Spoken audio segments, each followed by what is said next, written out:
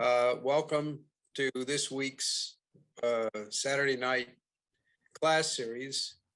For those of you who've been tuning in every week for the last 4 weeks, this is a class series on the subject of metaphor, which is played a major role in Lyndon LaRouche's thinking and is really essential to being able to understand any real new ideas, which is what we need lots of right now if we're going to take this country back and also the world. We began with a class on poetry as metaphor, and that by Dan Leach, and that was followed up by a class that I did on science and metaphor from the standpoint of LaRouche. And then we did a class on music last week with Miwa Steger, and tonight we have Susan Kokinda, who's going to talk to us about Plato and the actual his use of metaphor to understand how to organize society and a government. Now, this is really, it comes at a very important time because you can see that the entire country, in fact, the entire world, is right now in a revolt against the globalist British Empire, which is just falling apart. A lot of attention has been focused on the danger in that situation, but we like to focus on the actual opportunity and hope that that situation is.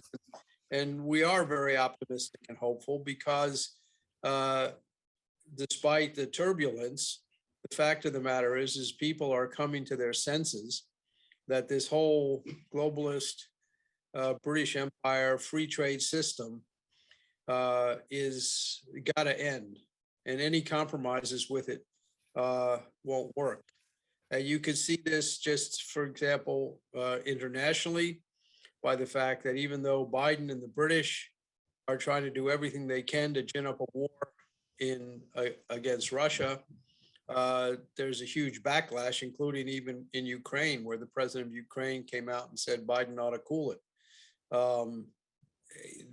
In the United States, both the Democratic and Republican parties are in complete turmoil because they've lost control of the base of the majority of the people. And this is not just, this is in the Democratic Party, where many of the people who backed Joe Biden for whatever reason are now disgusted with him. And you have an outright fight in the Republican Party, which really centers around Donald Trump. The same fight that existed in 2016, where Trump took on the Bushes and took on the whole, as some people like to call it, the uni party in Washington with Hillary Clinton, and condemned the forever wars, the Trump pledge to revive the American system, implement Glass-Steagall. And now and Trump spent his presidency really trying to reshape, and which he has to a large extent done, the Republican Party, and much to the chagrin of the Wall Street Bushies, McConnells, Rhinos, whatever you want to call them. And that's now broken out into a fight because whatever these guys have tried to do to try and regain control of the Republican Party and the American people, it's failed. Trump tonight is speaking in Conroe, Texas. We have people there, and we'll be getting a report posted up on our website probably tomorrow. But the point is that you have all this turmoil, and the issue right now is, what are we going to do with it? Where the turmoil is organized around the idea that we have to take the country back from from the British Empire. We have to reestablish American principles. What are those American principles? That's what we have to educate people about. Now, we launched a campaign this week on one of the central principles that in many ways is the linchpin of the British Empire and Wall Street's control over the United States, which is the control of central banking. We have some articles up on our website, which you can look at there, including a historical article by Robert Ingram, which explains the evil of central banking versus the American principle of national banking. And what we have with the Federal Reserve is central banking. And as you can see, the Federal Reserve is also now exposed as one of the failed institutions. And it's failing not because the leaders make poor decisions. It's failing because it stinks from the very beginning. Its whole intention is wrong.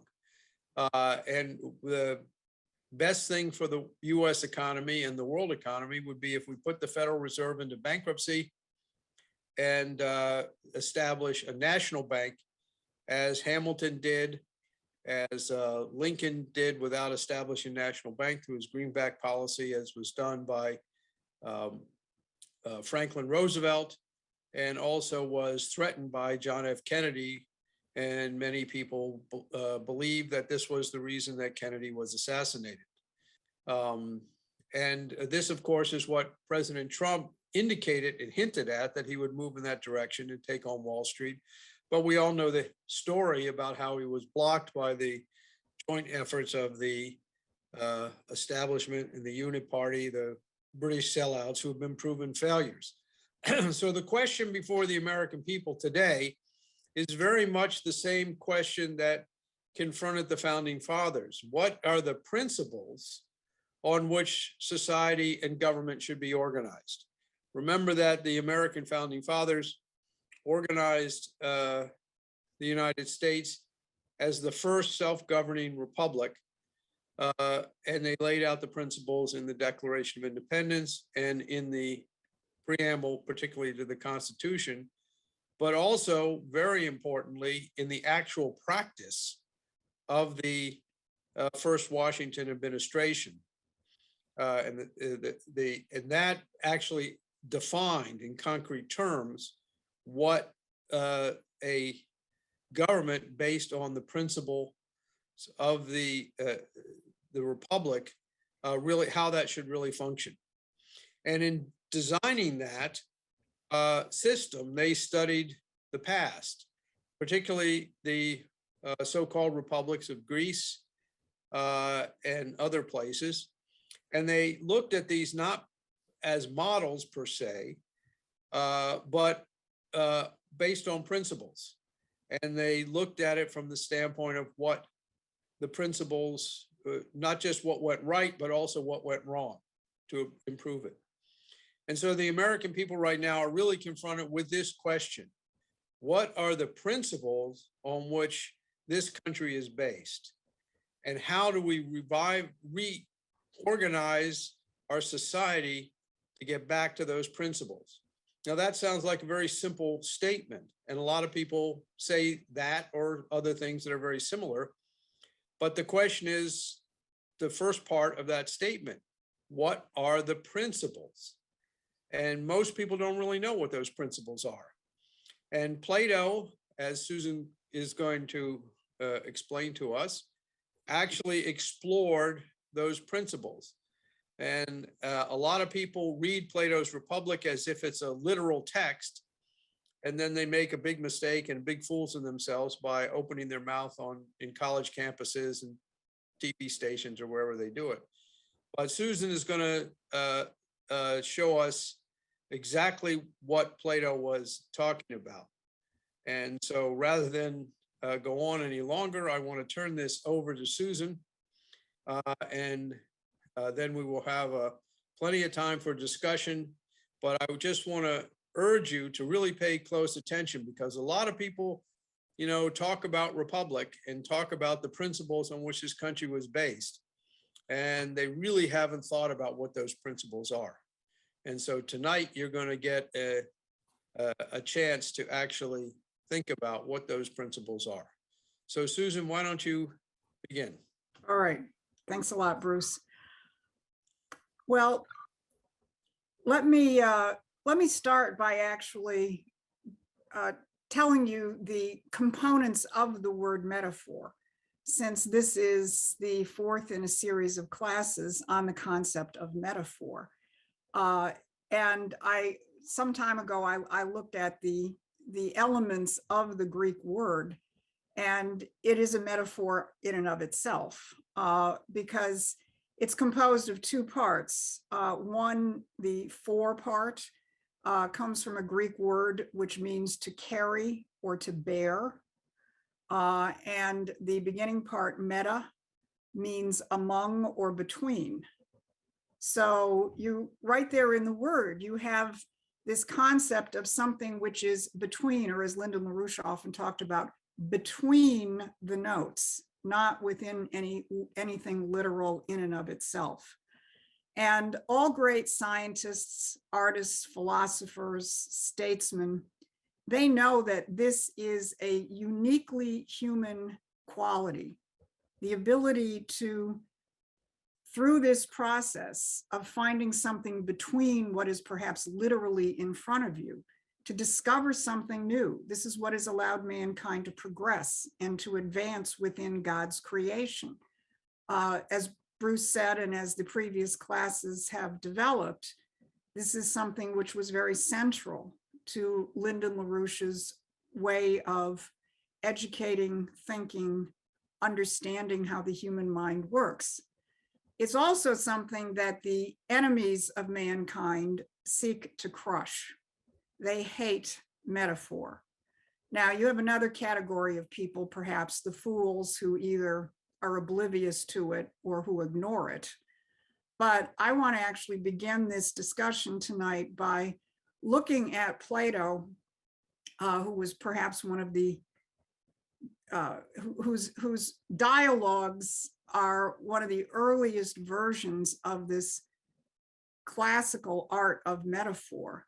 I want to introduce Plato, and especially his great masterwork, The Republic, from the eyes of the enemy, which hates metaphor. So I'm going to briefly share the screen here. This is one of the 20th century's premier haters of Plato. This is Karl Popper. This is probably his most infamous book, The Open Society and Its Enemies. You'll notice on the bottom, for those of you who are viewing this, that this edition of the book has a foreword by George Soros.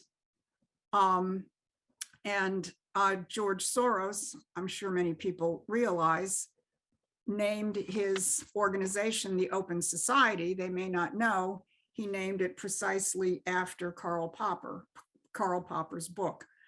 Popper was an Austrian who had to flee Austria with the rise of fascism.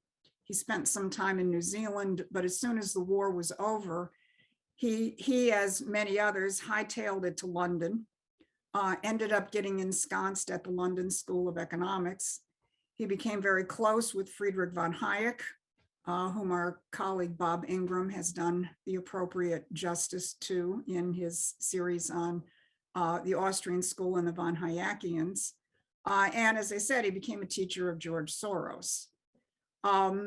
Popper's basic argument, along with others, the Straussians, among others, is that the Republic, Plato's Republic, is a prescription for totalitarianism of both the communist and the fascist kinds. That all forms of totalitarianism derive from Plato's philosophy.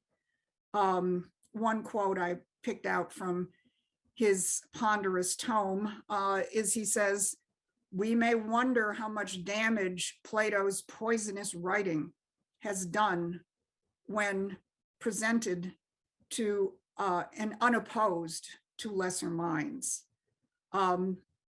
And he then goes on to say that the purpose of the book, The Open Society, is to criticize the totalitarian tendency of Plato's political philosophy. Now, from the standpoint of Popper and his ilk, the only antidote to this poisonous totalitarianism is the open society of democracy, which is expressed by every British imperial, philosophical, liberal over the course of the last 300 years, whether you're talking about Thomas Hobbes, John Locke, Adam Smith, John Stuart Mill. It's the same, it derives from the same images of man and images of society. Popper's idea of the open society is that it has to guarantee the freedom to do just about anything, especially the things that the British Empire likes to do, like push drugs and push slavery. Not that he necessarily says that explicitly, but that's what is inherent in this idea of the open society. And that if the state impinges in any way on the individual freedoms, it is converging on totalitarianism, and it should be overthrown. And this has been the ideology of every single one of the color revolutions, which George Soros has fostered over the decades.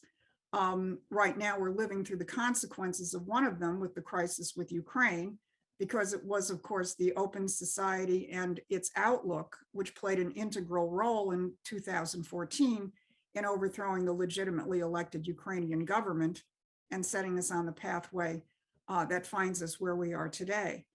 Now, this idea of the open society is really clothed, perhaps in a more less virulent way in everyday political discussion in the form of libertarianism and the undifferentiated hatred of the government.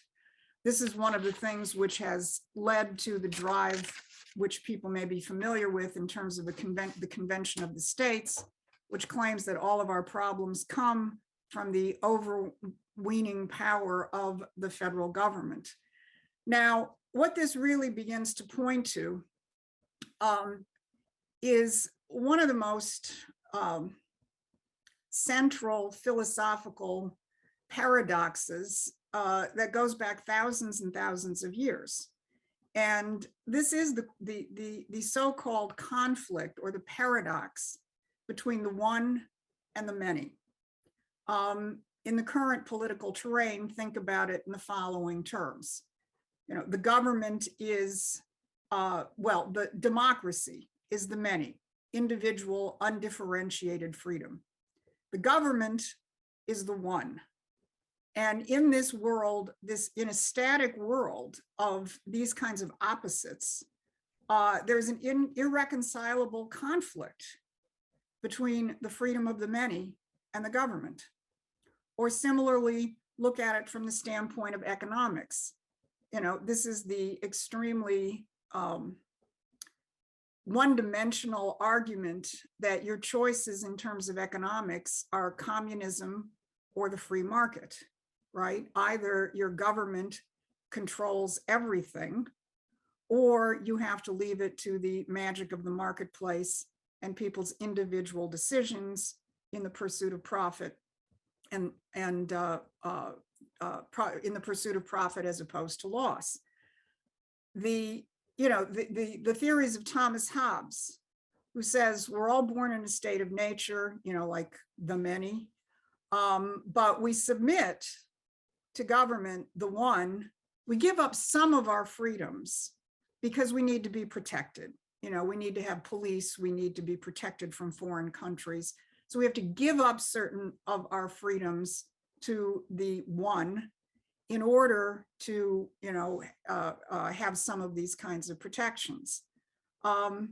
Frankly, this question of the apparent conflict between the one and the many was solved over 2,000 years ago by Plato and people of, and prior to him, people of a similar philosophical outlook. The paradoxes put forward by, for example, Parmenides, who was an aficionado of the idea that the one is the all, it's the everything. There can be nothing other than the one. And because we happen to be discrete minds, we can never know the one, we can never know the universal. On the other side, you had bodies of thought which said there were no universals. Everything goes. I mean, frankly, that gets to your democracy, open society kind of idea.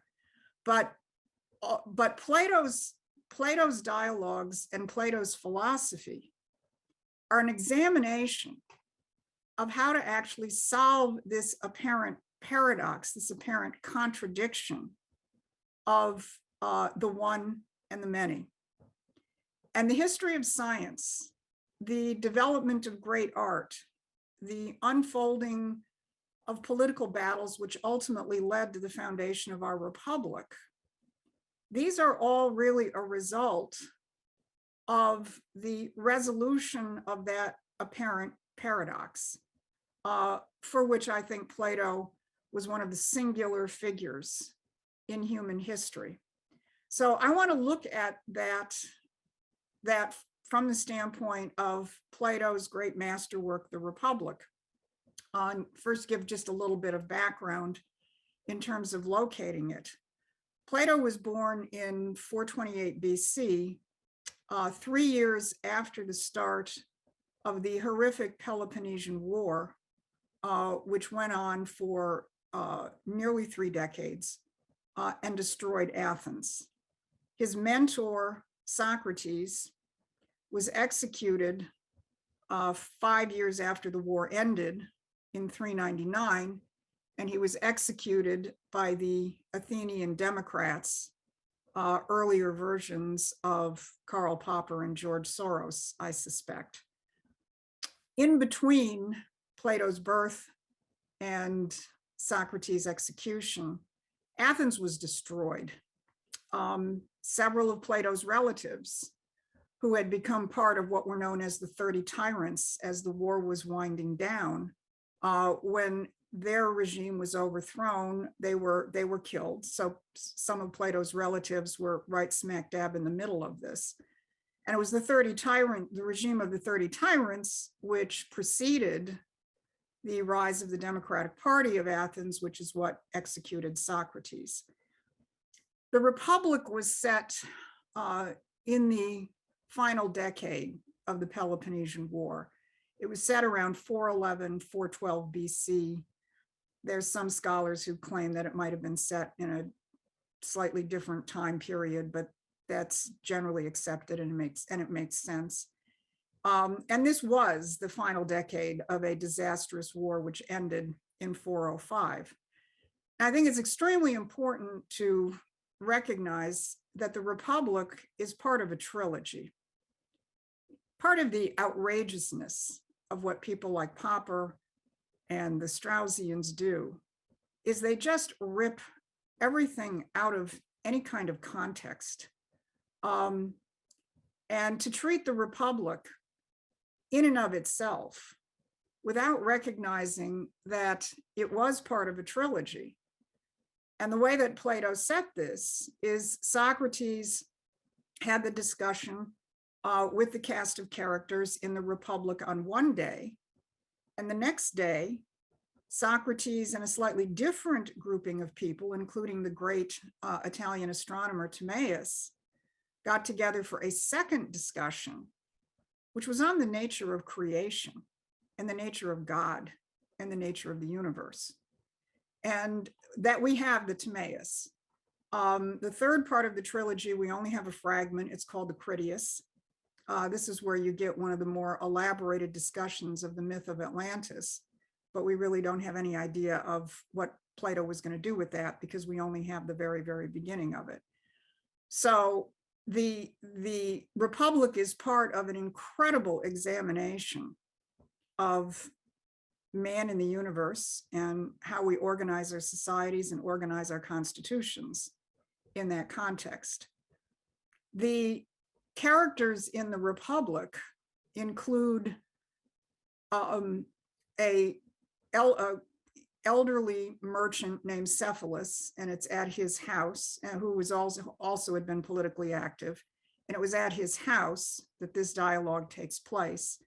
His son, Polemarchus, is one of the characters engaged in the dialogue. And Polemarchus ends up getting killed later on during the reign of the 30 tyrants. He falls afoul of them and he gets assassinated or executed. Plato's brothers are in the dialogue, Glaucon and Adimantus, and a rhetorician named Thrasymachus was also participating in the dialogue. It's easy to miss, I think, the opening lunge of this dialogue, because Cephalus, who is getting on in years, starts reflecting on what happens as you begin to reach the end of your life. And you know that the time ahead of you is becoming shorter and shorter. And he really does reflect on the question of immortality. That is, what will greet him in the afterlife? Will he have done good things? Will he have served justice? And I think it's extremely important that the dialogue actually begins with that reflection by Cephalus. So that opens the door to a discussion basically of what is justice. And Socrates begins the discussion, starts out going back and forth with Cephalus's son, Polemarchus. They come up with certain definitions, hypotheses, ideas in terms of justice. And they come to a sort of semi-conclusion, and there's a break in the discussion. Now, at that point, Plato very dramatically sets the intervention by Thrasymachus. And I want to read the setting of it, but before I do that, I want to put on the screen an image, which I think is an appropriate image. You all know the guy in the middle, and you probably know some of the guys at the side, on the side. I just think this is an appropriate image to have in your mind as I read Thrasymachus's outburst at this point. Socrates says, "Now Thrasymachus, even while we were conversing, had been trying several times to break in and lay hold of the discussion, but he was restrained by those who sat by him who wished to hear the argument. But when we came to a pause, after I had said this, he couldn't any longer hold his peace. But gathering himself up like a wild beast, he hurled himself upon us as if he were tear us to pieces. And Polemarchus and I were frightened and fluttered apart, and he bawled out into our midst, 'What balderdash is this that you have been talking? And why do you simple Simons truckle and give way to one another? But if you really wish, Socrates, to know what the just is, don't merely ask questions or plume yourself about controverting any answer that anyone gives you, but do you yourself answer and tell what you say the just is. And don't you be telling me that it is that which ought to be, or the beneficial, or the profitable, or the advantageous, but express clearly and precisely whatever you say, for I won't take from you any such drivel as that."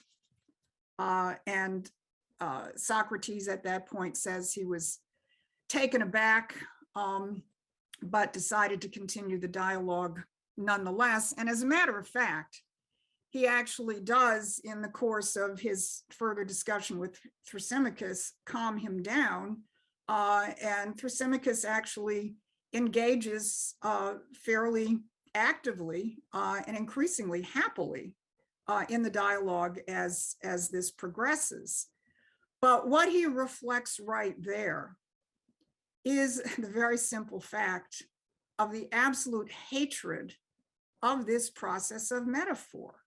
He gets totally angered at the idea that Socrates is not going to give him a hard and fast definition, is not going to say, this is this, I believe this is this, and it works this way, but rather is engaged in a very, very different kind of process a process of constantly developing different kinds of metaphors and paradoxes over the course of the Republic. And when you read Popper and you read some of these other people who hysterically attack Plato, frankly, there's only one thing that comes to mind, as I was reading at least the opening part of Popper's Open Society, and that is these guys are anti-metaphorians. They reject completely, do not believe, do not recognize, whichever it is, this process of developing ideas from the standpoint of metaphors and paradoxes, or as Plato himself uses the term, provocatives.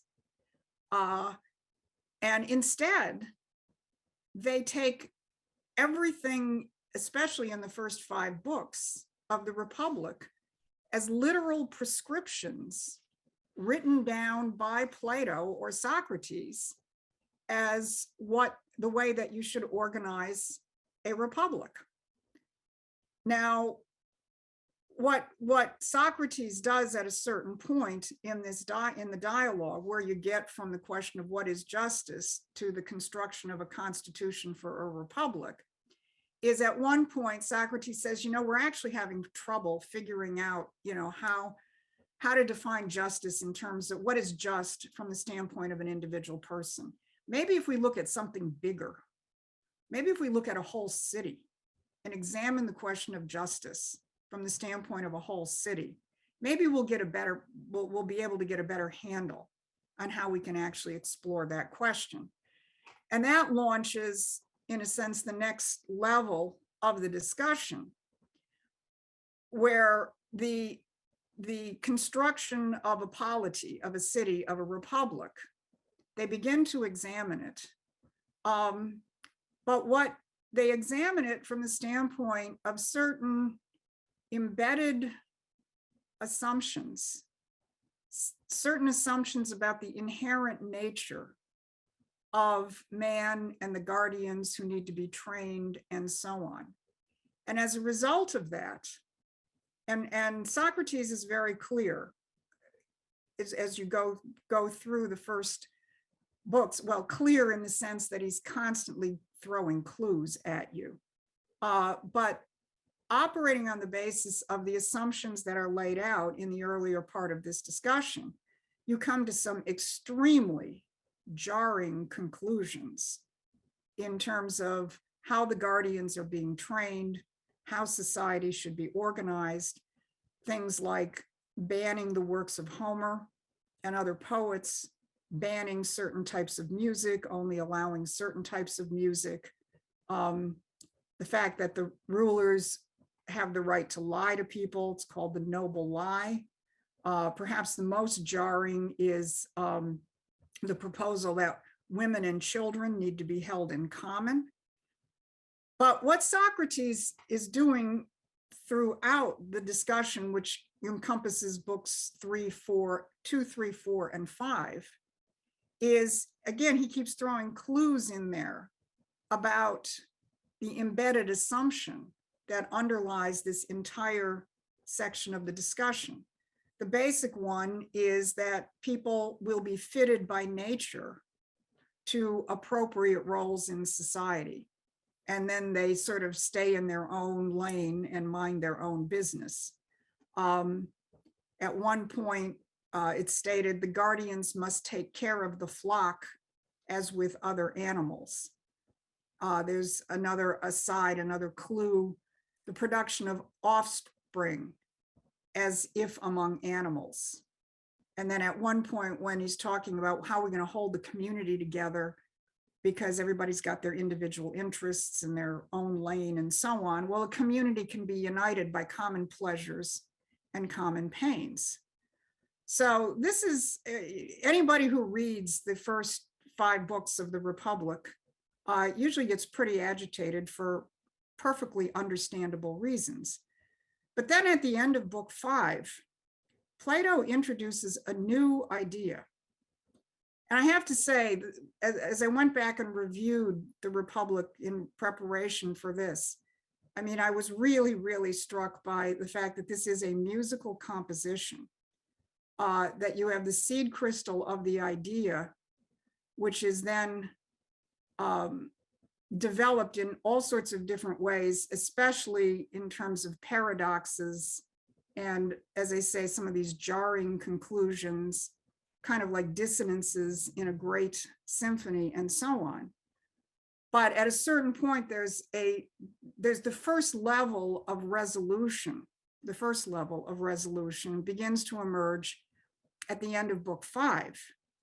And Plato asserts that aside from all the other things they've been talking about, the attributes of bravery and justice and virtue, all these attributes that they want to inculcate in the guardians and so on, it really is not going to suffice.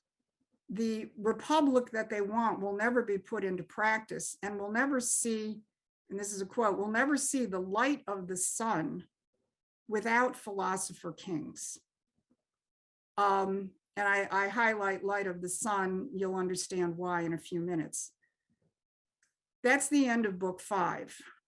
And there's a complete upshift in the character of the discussion, the nature of the discussion, and frankly, what is being discussed as you leave book 5 and go into book 6. Book 6 begins with its own little stretto. It has a beautiful analogy, a beautiful metaphor, where Plato is talking about comparing the philosopher, whom the masses are not going to appreciate, to a shipmaster, a trained shipmaster, who the sailors don't appreciate. The sailors would like to be running the ship. They'd like to be getting into the ship's stores. They'd like to be docking and, playing around on land and so on and so forth. And they don't appreciate the shipmaster, but the only way that a ship can be safely steered, and the word in Greek to guide or steer is the word that government comes out of, that the shipmaster has to be a scientist. He has to, in order to be able to navigate a ship, he needs to understand, he needs to know what the time of the year is. He needs to know the seasons, the sky, the winds, the stars. He's actually described as a stargazer by Plato in this. Just a very beautiful little analogy, which again is embedded very much in the Greek language in terms of this word governor, which is the word for to be able to guide or lead or steer. So that opens book 6, which is frankly one of the most extraordinary sections, I believe, in all of Plato's writings. And suddenly, Socrates reminds Glaucon, who is the person he's now in dialogue with, that throughout in the earlier discussion, they had taken shortcuts. It was agreed that they would not look too deeply into the assumptions of some of the things that they were talking about, because it would take too long. But Socrates now essentially pulls people up short and says, we really can't do that anymore. He says, one must go around the longer way, or as we were just saying, he will never come to the end of the greatest study and that which most properly belongs to him. Now, these guys have just been discussing virtue and justice and bravery and other good qualities. So Glaucon said, but what is the greatest study? What is greater than the study of justice and virtue? And Socrates says, well, you have often heard that the greatest thing to learn is the idea of the good. Without knowledge of the good, nothing, no possession is of any avail. And he says, if those who are choosing guardians do not do so in relation to the good, they won't get much by way of a guardian. Glaucon says, well, look, we've just had long discussions about the nature of the other attributes, justice, bravery, Now you have to explain to us the good. And Socrates says, I really can't. He says, I will try and discuss the offspring of the good, but discussing the good directly, the nature of the good is a pitch above the impulse that wings my flight today. So what he does is, in this next section, while it's not written in poetic meter, to my thinking, it is absolute poetry, because now he's beginning to converge on the deeper implications, on the deeper assumptions that have to be grappled with if you're going to construct a republic. It's not a question of just training people to do the right thing. And again, this is where Popper and the Straussians, I mean, they're probably not illiterate, which means they're just criminal, in terms of completely trashing the actual intention and where the entire rest of the Republic goes after the first 5 books. This again is going to come back to the paradox of the one and the many. I mean, this is a very fundamental question of epistemology, which is, the science of knowing. Can man's mind, because we seem to be discrete individuals, can an individual mind actually comprehend a universal principle? Plato is, and Plato is obviously very challenged, or Socrates in this case is very challenged himself, because he says, no, I'm not ready to take on this universal principle of the good, but the best I can do is the offspring. And so what he does is he takes us on a journey of metaphors throughout the rest of the Republic. And I'm just going to touch on the ones that he develops in book 6 and going into book 7, because I think this is among the richest in terms of the way that he develops these concepts. The first thing he does is he creates an analogy.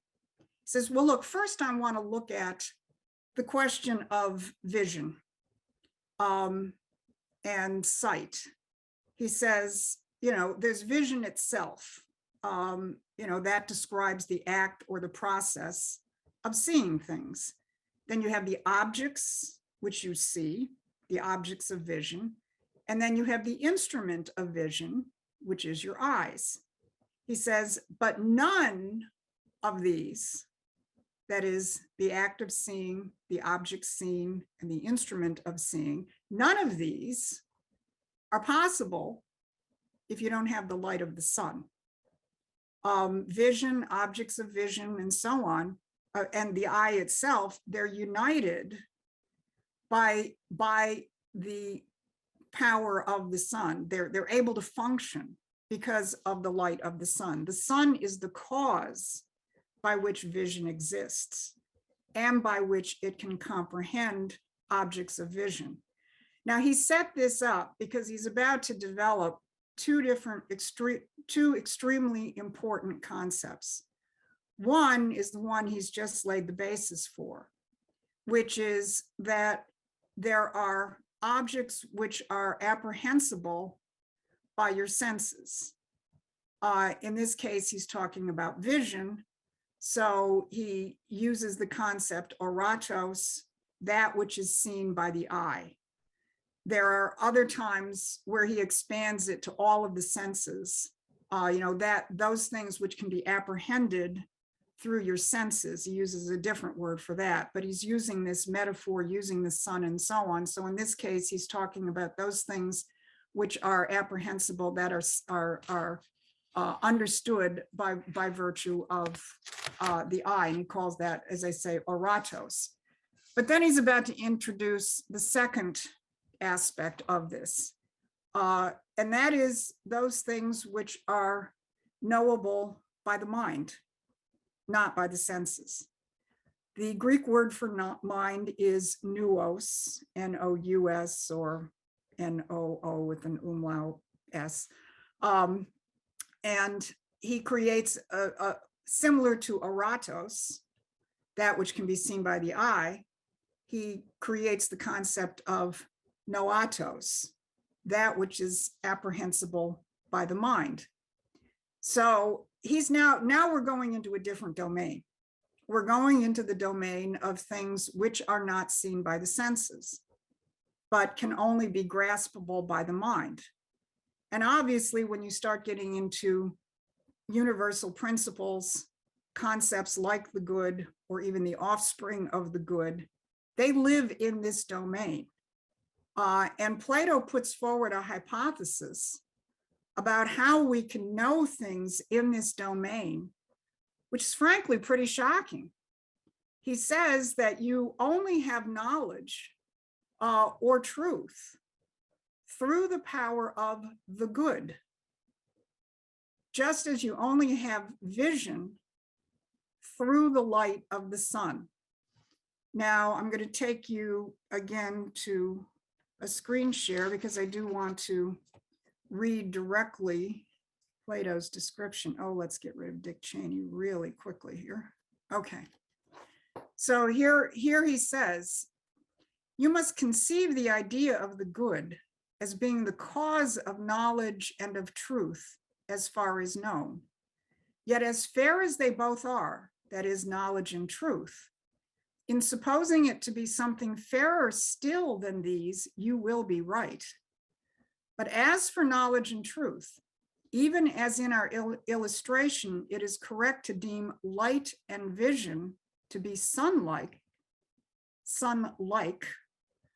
but never think they are the sun. So here it is right to consider these two, knowledge and truth, as being like the good or boniform. Neither of them is the good. That still higher honor belongs to the possession of the good. And I might note that this translated word boniform, it's a Greek construct, which is essentially the idea of the good. And the translator of the version of the Republic I was reading made the point that it only exists, he's only seen the word once, and it's at this point in the Republic. So at that point, Glaucon is really awestruck, and he said, this is an inconceivable beauty that you speak of, if it is the source of knowledge and truth, and yet it surpasses them in beauty. And the word inconceivable, that's one translation. But when I looked at it in the Greek, you could also translate it as something like unconstructible, or something which really has never existed before. This quality of beauty that he's talking about. Now, Plato continues to Socrates. Of course, Socrates is the figure through which the dialogues take place. Plato is the author. I often go back and forth, but I think you know who I'm referring to. Plato continues to play in the domain of this interesting paradox between the visibles that are knowable to the senses and the domain of the intelligible that is knowable to the mind. And this is what brings us to the image of what is called the divided line, a relatively famous image in terms of Plato, which I will share.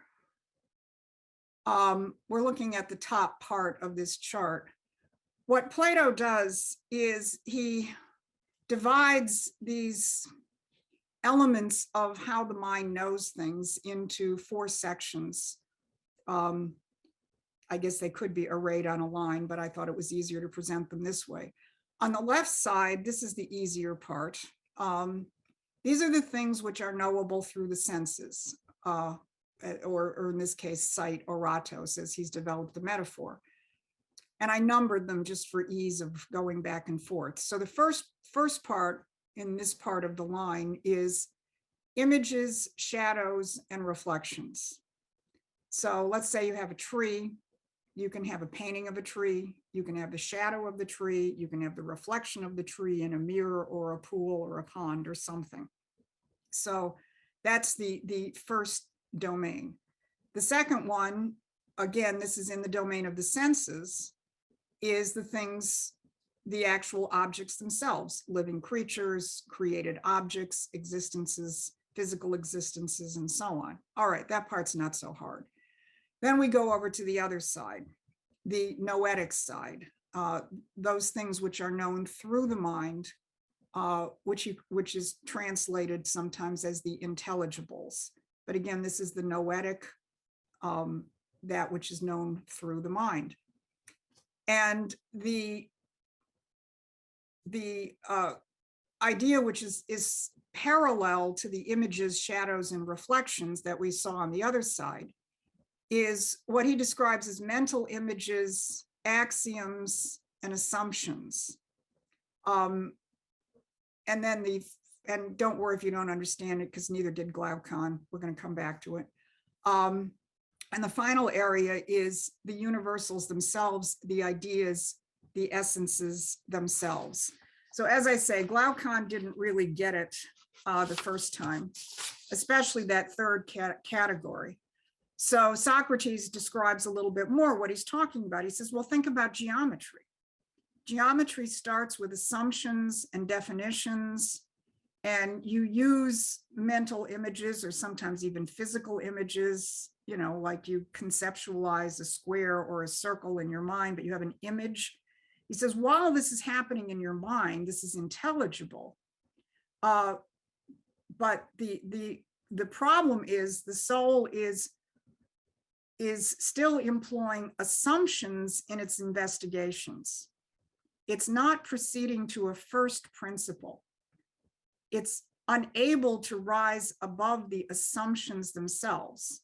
I mean, think about it in geometry, you know, the assumption that two parallel lines never meet. That's an assumption. You're not going any deeper as to whether that is indeed true in all cases of physical geometry, which, as we know, it isn't. The second problem with things in this third domain is because it does also still use images and likenesses of objects. And again, if you think about a geometrical construction, you're in the right domain in terms of what Plato and Socrates are talking about. But it's when he discusses the fourth. Well, I should have stayed where I was because I'm going to get to the fourth next. It's when he discusses the fourth that we get to a really very extraordinary conception. This is this fourth section, the intelligible, the noetic. And here Socrates says, the other section of the intelligible, I mean, that which reason itself grasps by the power of dialectics, treating assumptions not as absolute beginnings, but literally as hypotheses, underpinnings, footings, and springboards, so to speak, to enable it to rise to that which requires no assumption and is the starting point of all. And after attaining to that again, taking hold of the first dependencies, so to proceed downward to the conclusion, making no use whatever of any object of sense, but only of pure ideas, moving on through ideas and ending with ideas. Now, in the last class that I did, I believe Doris asked the question of, could you explain the hypothesis of the higher hypothesis? And I said, no, not under those circumstances. But this begins to give you a seed crystal of the idea of this concept that Lyndon LaRouche referenced quite a bit, of the hypothesis of the higher hypothesis. That is, the process of knowledge is a process of putting forward hypotheses in the domain of ideas, as Socrates said here. And you put forward a hypothesis, as, for example, Kepler did in terms of his examination of the orbit of Mars.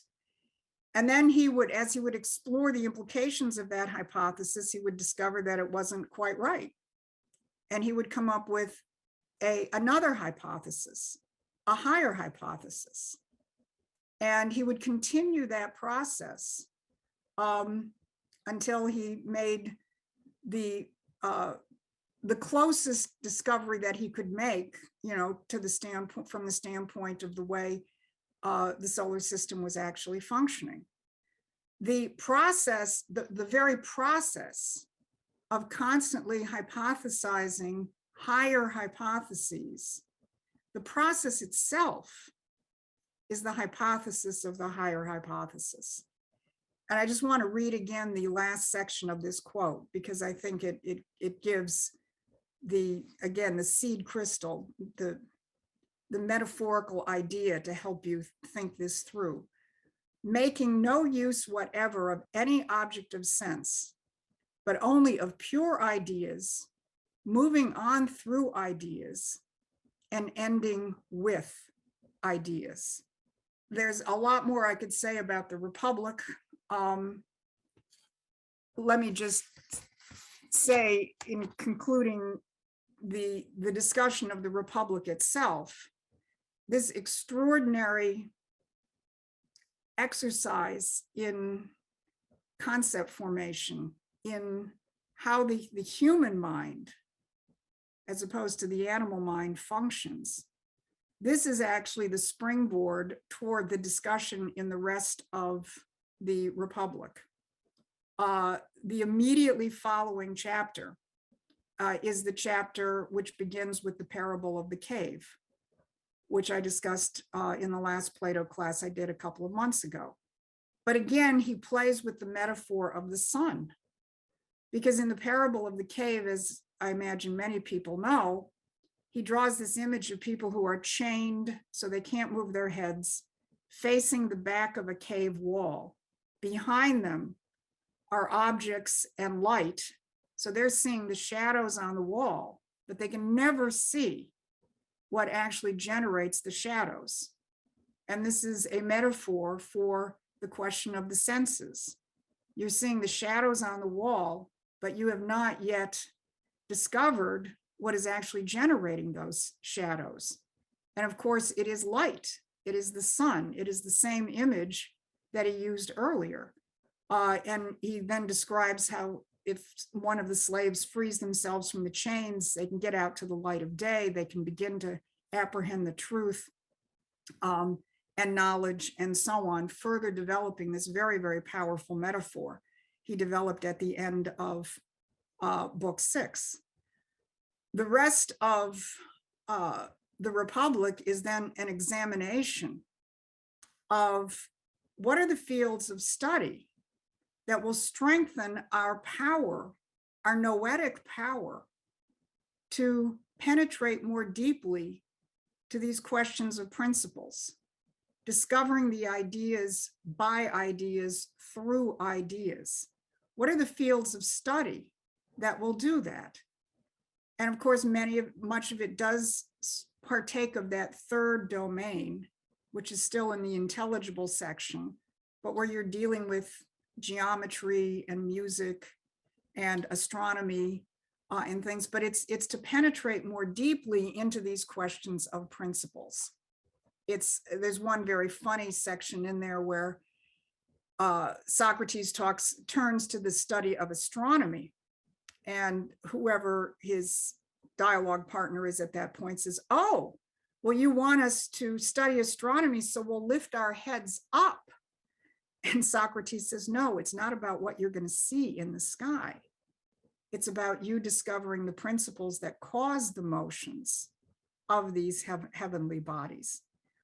And let's not forget that the very next day, Socrates returns with a group of people for a much deeper discussion on precisely these principles of how is the universe created, what are the geometric, harmonic, musical principles which are embedded in the universe. So it's the the Republic, in a sense, opens the door to the Timaeus. And as you get deeper into the final books of the Republic, there are more and more metaphors, some of which remain, to my mind, still quite metaphorical today. That is, it's not really clear to me precisely what it is Plato is trying to trigger in the course of developing some of these metaphors. But anybody who would read the Republic from the standpoint of this being some literal description of what Plato believes in terms of how things function, how the world works, has missed the entire composition of the Republic, and is ignoring the fact that the next day there's a further examination of the very nature of the universe itself. Now, let me just stress, for people reading through the Republic for the first or the second time, this is not going to become immediately apparent. Plato is quite intent on hitting you with provocatives, of shaking you up, of doing what metaphors are supposed to do. But the more that you dive into the Republic and frankly read it over and over again, like listening to a great Beethoven symphony, where you begin to understand the compositional method, and see the jokes and see really when you really get this, and then you turn around and you read Karl Popper, on one level you want to laugh, because what he does to Plato, while it's criminal, it's completely absurd, and it's frankly completely inconsistent. I won't go into some of the inconsistencies, but it's like making a minestrone soup. He decides to take this from here and that from here and this from here and throw it all together so he can make the argument that Plato believes that there is only a perfect state of totalitarianism, and anything which deviates from that is decay and imperfect and so on. It's absurd, and it's criminal, and it's ludicrous all at the same time. But really the rage which fuels Popper and his spawn, it's a rage not against Plato, but it's really a rage against universal principles themselves. In their world, the world which rejects the ability of the human mind to function efficiently outside the domain of the senses, to use this God-given creative capability. In their world, that doesn't exist. And therefore, all you can have is the democracy of opinions and beliefs. It's like the right side of that chart, where you have the reflections, the images, and then you just have the objects of the senses. Those, as Plato further develops it, are simply opinions and beliefs. The open society of Karl Popper is a democracy of opinions and beliefs. There's nothing on the other side, on the right-hand side of that. There is nothing of the world of the mind and its ability to discover universal principles. In their world, there can be no metaphor. In their world, there can be no republic. There is only a democracy. Plato's Republic, to the contrary, is an exercise in the quality of thinking needed to govern a republic. Our founding fathers reflected that when they created our republic. And when Benjamin Franklin said that I've given you a republic if you can keep it, he was really challenging you to hold yourself to engage in the never-ending process of discovery, to better understand the universe, which without a doubt is a good universe. Benjamin Franklin really was challenging you to understand the principle of metaphor. So I'm going to conclude my remarks with that. Next week, I'm going to return and look at this process of scientific concept formation in some of Plato's other dialogues. But I think the basis for all of that really is laid in this extraordinary metaphor, which is his dialogue known as the Republic. So be happy to open it up for questions and discussion.